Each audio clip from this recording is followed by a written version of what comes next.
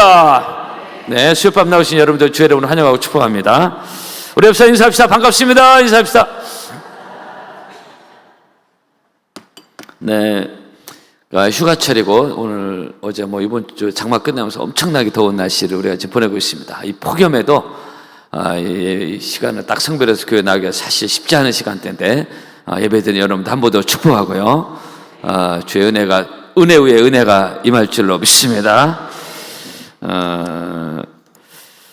오늘 또 초중고 청년들을 환영하고요. 우리 앞자리에 있는 우리 중고등부 청년들을 환영합니다. 오늘 이 말씀은 본문에는 보면은 이 부르심이라는 말이 반복적으로 나오고 있습니다. 20절, 24절 하나님이 각 사람이 부르심을 받은 그 부르심 그대로 지내라. 하나님 우리를 구원의 백성으로 부르신 것부터 시작해서 삶의 전 영역을 포함하고 있고, 본문에 우리가 20절부터 24절밖에 안 읽었는데 결혼에 대한 것과 할례에 대한 건데 그것은 그걸 떠나서 삶의 전 영역으로 보통 성경적으로 해석을 하고 있습니다. 그래서 하나님께서 우리를 구원의 백성으로 불러주시고 각자 사명을 주셨고, 또 목회자, 평신도, 또 직장도 때로는 하나님께서 주신 사명으로도 바라보는 관점도 있고, 여러 가지 삶의 전 영역에서 하나님이 우리에게 부르신 그런 은혜가 있는 가장 근본적인 구원의 백성으로 부르심부터 시작해서 우리는 하나님께서 부름받은, 하나님이 모세만 부르신 것이 아니라 우리 모두를 하나님의 백성, 구원의 백성으로, 은혜의 백성으로 불러주신 줄로 믿습니다. 그래서 삶의 전 영역에서 이 부르심은 우리가 다 해당되는 것이고, 그래서 하나님이 우리를 각 사람의 부르신 그 부르심에 합당한 대로 살아라. 구원의 백성으로 불렀으니까 구원의 백성들에게 사는 것이고, 또한 각자 직분에 맞춰서 부르신 그대로 삶을 살아라는 것이 오늘 본문의 말씀이고 서론의 결론입니다. 그렇다면은 이 부르심에 합당한 삶을 살기 위해서는 어떻게 살아야 되느냐 하는 것입니다. 두 가지 의미가 있습니다. 오늘 부르심에 대한 얘기가 이렇게 반복되어 나오는데, 하나님 나를 부르신데 어떻게 하라는 건가? 이 말씀 두 가지 의미가 함축되어 있는데, 첫째로는 자족하는 삶을 살라는 것입니다. 하나님의 부르심에 합당한 삶이 뭐냐? 자족하는 삶을 살아라. 두 번째로는 감사하는 삶을 살라는 것입니다. 그래서 이것이 하나님이 나를 구원의 백성으로 여러 가지 다양한 삶의 영역에서 불러주신 그 은혜대로 사는 가장 중요한 포인트가 자족하며 살라, 감사하며 살라. 여기 성경 해석 학적으로 이 두 가지가 딱 나오고 있습니다. 한번 따라 보실까요? 자족하는 삶을 살라, 감사하는 삶을 살라. 두 가지입니다. 그렇게 살면은 하나님이 나를 구원의 백성으로 여러 가지 사명을 주신 대로 합당한 삶을 사는 거예요. 저는 구원의 백성으로 목회자를 불러주셨잖아요. 그래서 늘 목회에서 자족하면서 또 감사하며 살면 목회의 사명을 감당하는 것이고, 아니면 자족하지 못하고 불만을 가지고 있고 또 감사하지 않고 그러면 부르심에 합당한 삶을 살지 못하는 것이에요. 목회를 하더라도 여러분도 마찬가지입니다. 똑같이 늘 삶에서 좀 더 말씀을 드리겠지만 자족하고 감사하고, 그러면 하나님이 나를 구원의 백성으로 여러 가지로 사명을 주신 부르심에 합당한 삶을 사는 그 부르심 의미가 거기에 있다는 것입니다.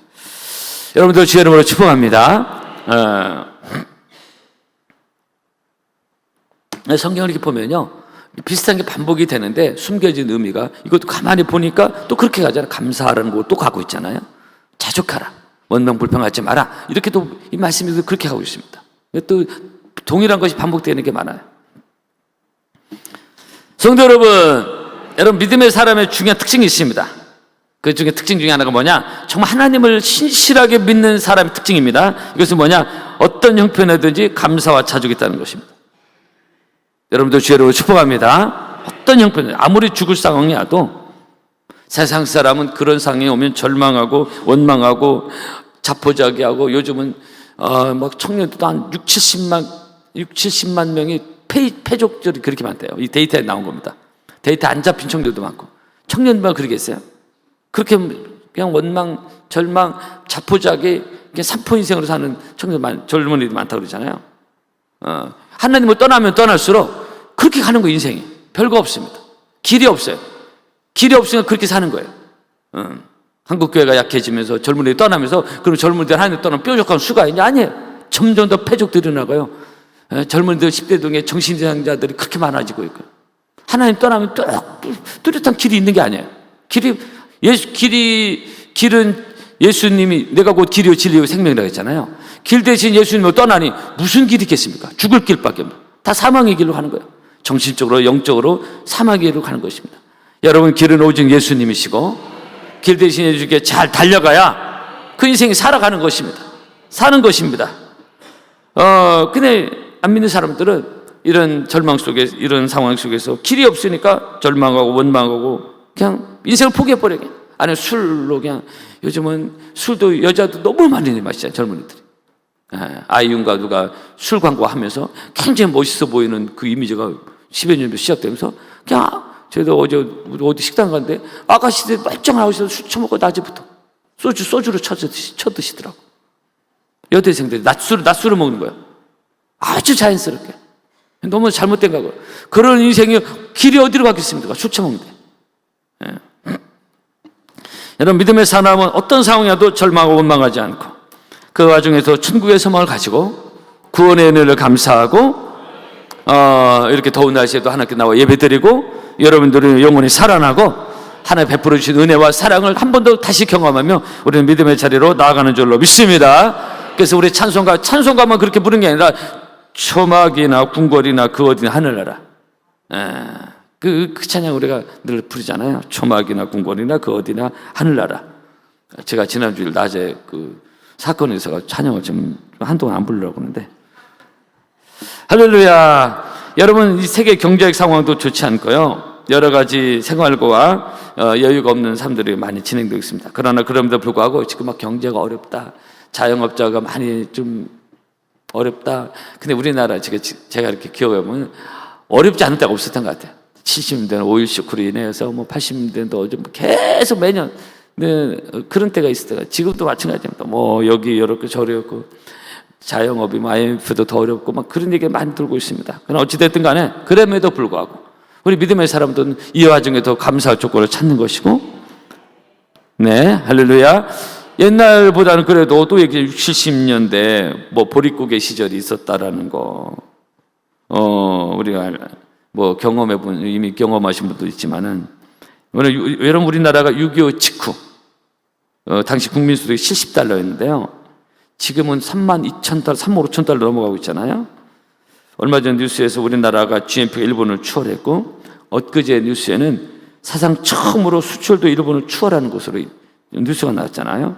이 일본의 경제는 세계 한때 2위 대국으로 넘사벽의 나라였는데 지금도 일제하면 좋은 이미지가 있잖아요. 일제라는 거. 근데 일본을 좀 추월하기 시작했고, 이런 추세로 가다 보면은 개인 GNP도 미국, 일본을 따라붙었고 전체 국가 수출도 지금 일본 추월했다면, 이런 추세로 가다 보면 곧 우리가 이제 일본을 정복할도 머지않았겠다 생각하고 있습니다. 설교 준비하다 그 생각해 봤습니다. 어쨌든 우리나라가 이게 몇십 년 전만 해도요, 너무 어려운 시대가 있었습니다. 근데 그때보다는 어쨌든 지금 경제가 어려우면 먹고 살기 그런 얘기는 하지만은, 그런 결과 우리가 지금 가지고 있는 것이 소유하고 있는 것이 참 많습니다.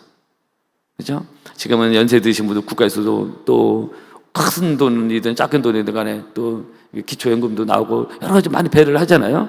그죠? 의술에 대한 것들 있고.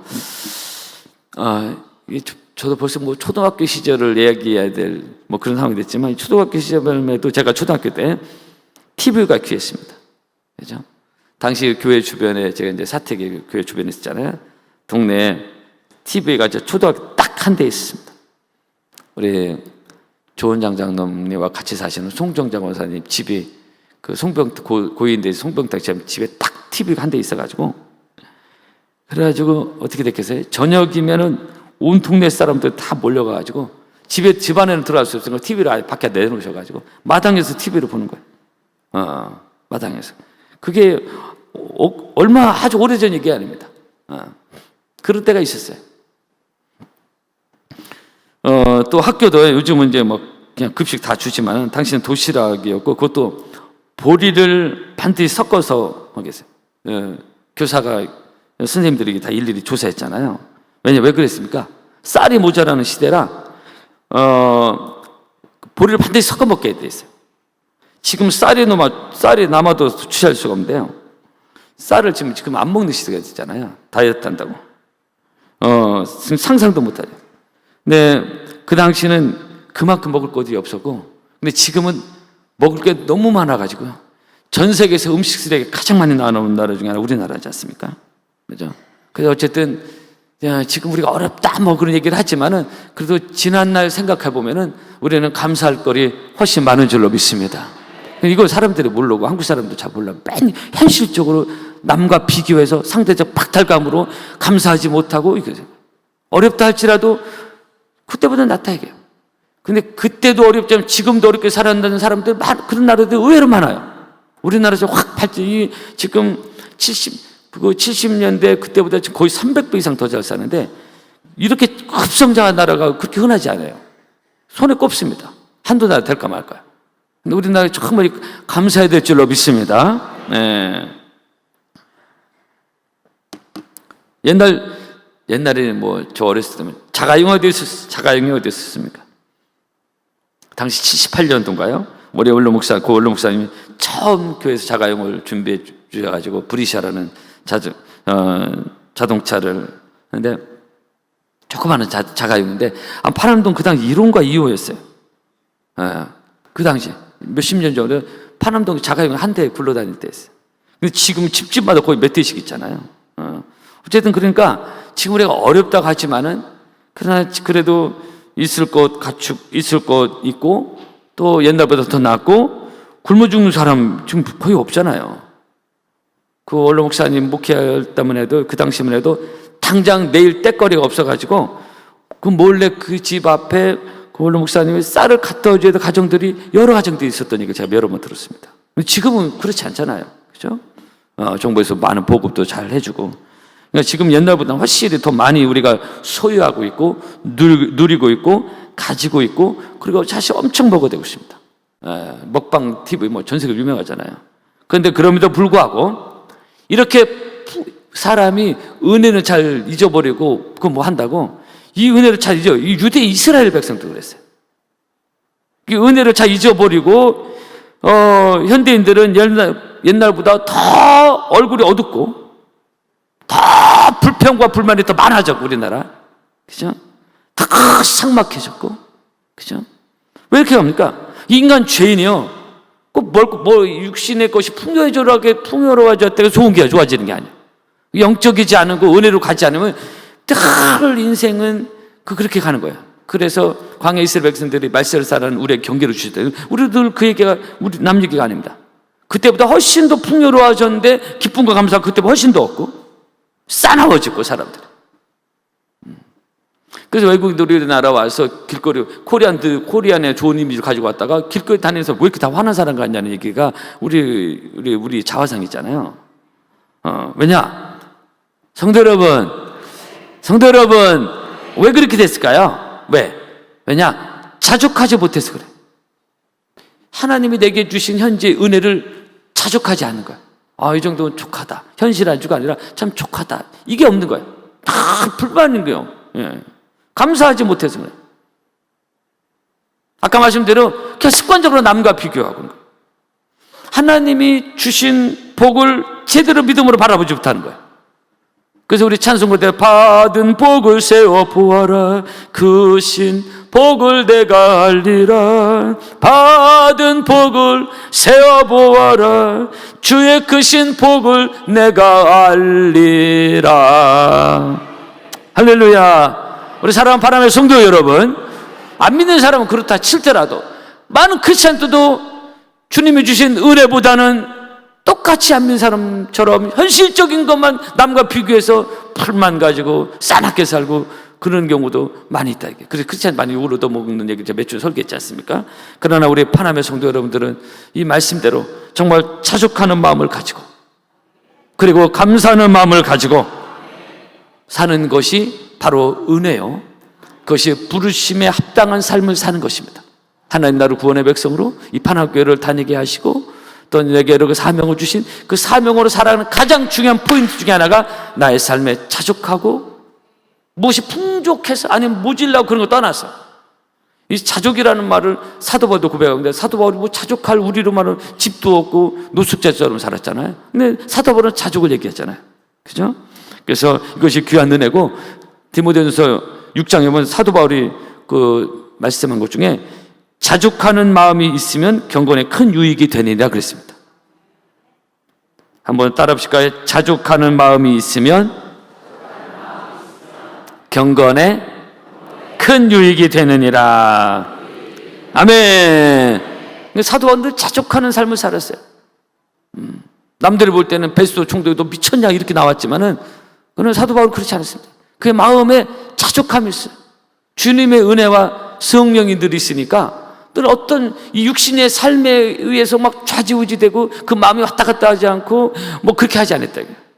그래서 자족하는 마음이 있으면 경건의 믿음 생활에 큰 유익이 된다고 성경에 말하고 있습니다. 오늘 수요일밤 나오신 여러분들 주의 이름으로 축복합니다. 늘 자족하는 마음이 있을 때 내 믿음 생활에 그것이 큰 유익이 되는 것이고, 반대로 자족하지 못하고 불평하고 이렇게 하면은 경건에 큰 유익이 마이너스가 되는 거예요. 똑같은 얘기입니다. 지금까지 지낸 것이 하나님의 은혜인 것이고, 그리고 나의 나된 것은 하나님의 은혜다. 늘 은혜로 살아가는 여러분에게를 축복합니다. 무엇보다 하나님을 믿고 알게 된 거 큰 은혜. 우리가 전능하시고 살아계신 창조 하나님을 예배하는 이 자체도 큰 은혜인 것이고, 우리가 이 땅을 천국 백성으로 살아가게 된 것도 큰 은혜예요. 이런 근본적인 은혜를 늘 감사하며 살아갈 때 우리 내 형편이 어떠하든지 간에 감사하는 믿음의 삶을 살아갈 줄로 믿습니다. 우리가 다 축복받기를 원하는데요, 축복을 받는 중요한 원리 중에 하나가 있습니다. 그 성경에 이렇게 보면요, 하나님의 성향이 나오는데, 하나님은 감사하고 자족하는 심령과 그런 사람에게 더 큰 은혜와 축복을 주시는 줄로 믿습니다. 중요한 표현입니다. 그래서 이게 중요합니다. 저는 설교만 아니라 저 스스로도 그렇게 살려고 노력을 하고 있고요. 그러나 원망, 불평, 사사건건, 집에 대해서든지 교회에 대해서든지 뭐든지 간에, 그러면은 이스라엘 백성들이 광야에서 사사건건 원망, 불평하다 가나안 땅 못 들어갔잖아요. 똑같아요. 시편 23편 다윗의 시죠. 그가 문명 여호와는 나의 목자시 내가 부족함이 없으리로다. 이 자족에 대한 건데, 그는 문명 시절 양치기 때 그 원망하고 불평하고 신세 한탄하고 내 인생이 뭐야, 내 처지가 뭐냐, 형들에 대한 불만, 아버지에 대한 원망. 다윗이 그런 삶을 살지 않았잖아요. 그죠? 남들이 볼 때는 원망 불평할 수 있죠. 내 인생은 10대 때 왜 이렇게만 인생을 보내나, 양치기하고 뭐냐 이게, 노린내 나고. 뭐 다윗은 그렇게 안, 그 양치는 시절에 그 시편 23편 나온 거 아닙니까? 그죠? 그 문명 시절. 아무 사람들이 주목하지도 않고 인정도 받지 못하던 그 시절에 시편 23편 하면 자족하며, 그리고 성실하게 감사하며. 그러니까 하나님을 믿는 믿음 있는 사람은 어떤 형편이든 간에 자족하며 감사하며 삶을 사는 거예요. 여호와는 나의 목자시니 내가 부족함이 없으리로다. 우리 시편 23편 1편을 1절 한번 다 같이 한번 암송해 볼까요? 여호와는 나의 목자시니 내가 부족함이 없으리로다. 아멘. 그러면서 나의 평생의 선하심과 인자하심이 정녕 나를 따르리니 내가 여호와의 집에 영원히 거하리로다 그랬습니다. 그래서 이런 다윗을 향해 하나님은 사도행전 14장에 다윗이 이세 아들 다윗을 만나니 내 마음에 합한 사람이랬어요. 늘 어떤 형편이든지 감사하며 자족하며 사는 이 다윗에 대해서 하나님 너무 마음에 들었던 거예요. 그래서 목동 때 스카웃에서 골리앗 쓰러뜨리고 왕으로 하나님이 기름 부어 세우시잖아요. 그러니까 양치기 목동을 하면서 감사하며 자족했던 다윗을 하나님은 기쁘게 보시고 유다 나라의 왕으로 세우신 겁니다.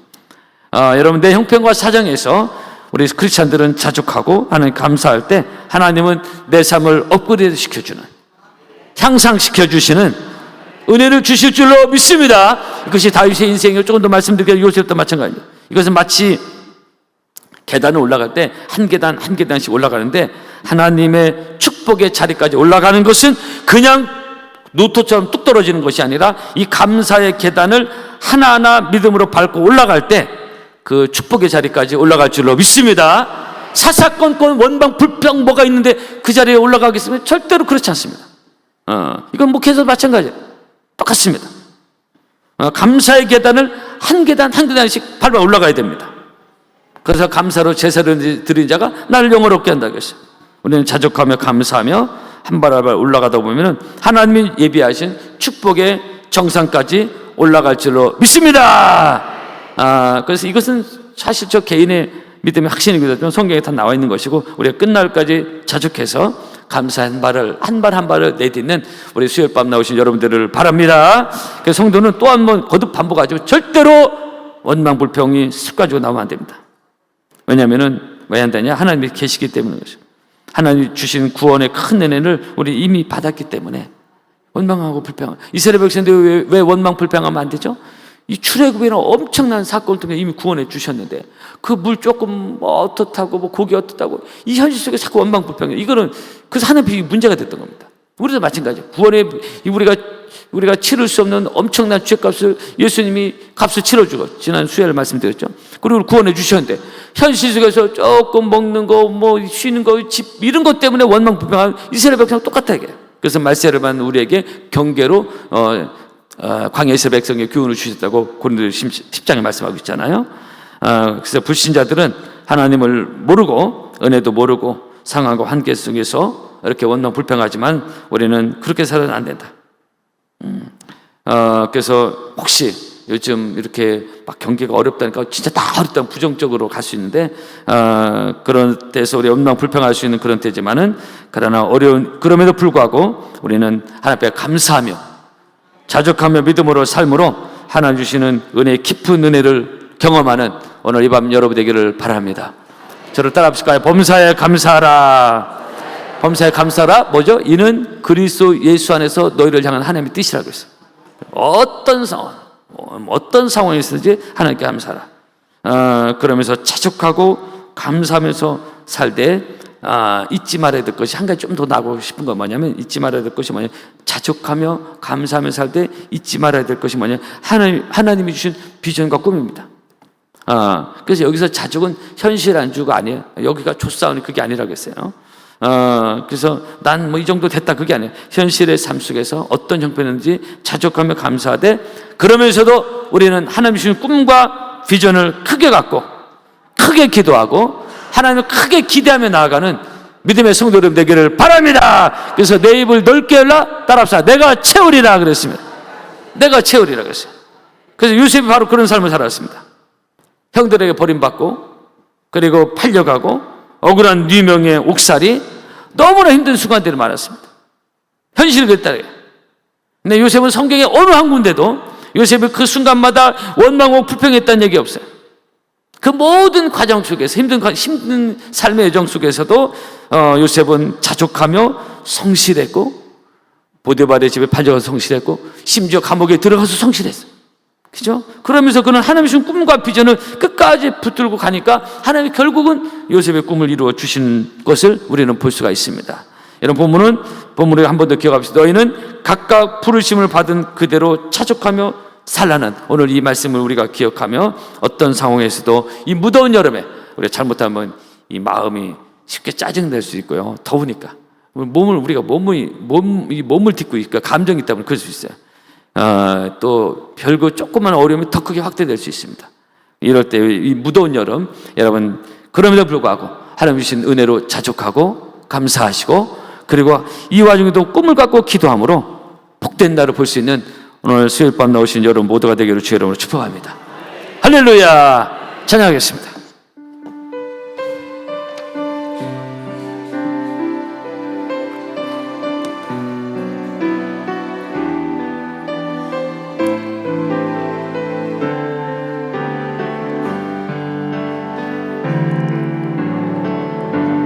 따스한 성령님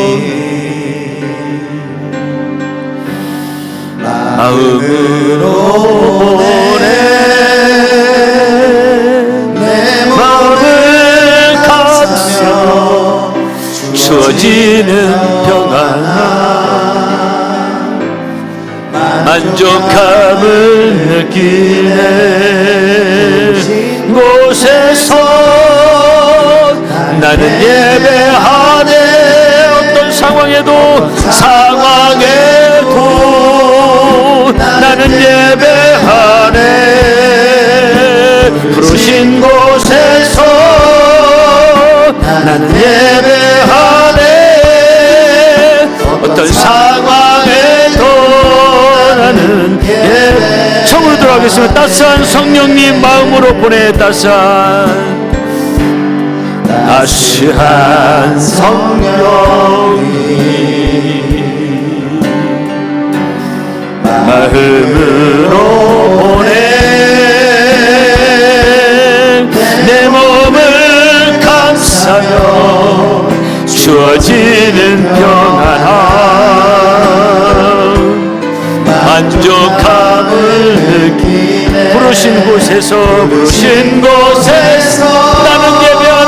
나는 예배하네 어떤 상황에도 나는 예배하네 부르신 곳에서 나는 예배하네 어떤 상황에도 나는 부르신 곳에서 나는 예배하네 부르신 곳에서 나는 예배하네 어떤 상황에도 나는 예배하네 부르신 곳에서 나는 예배하네 어떤 상황에도 나는 예배하네. 기도합시다. 오늘 하나님께서 이 부르신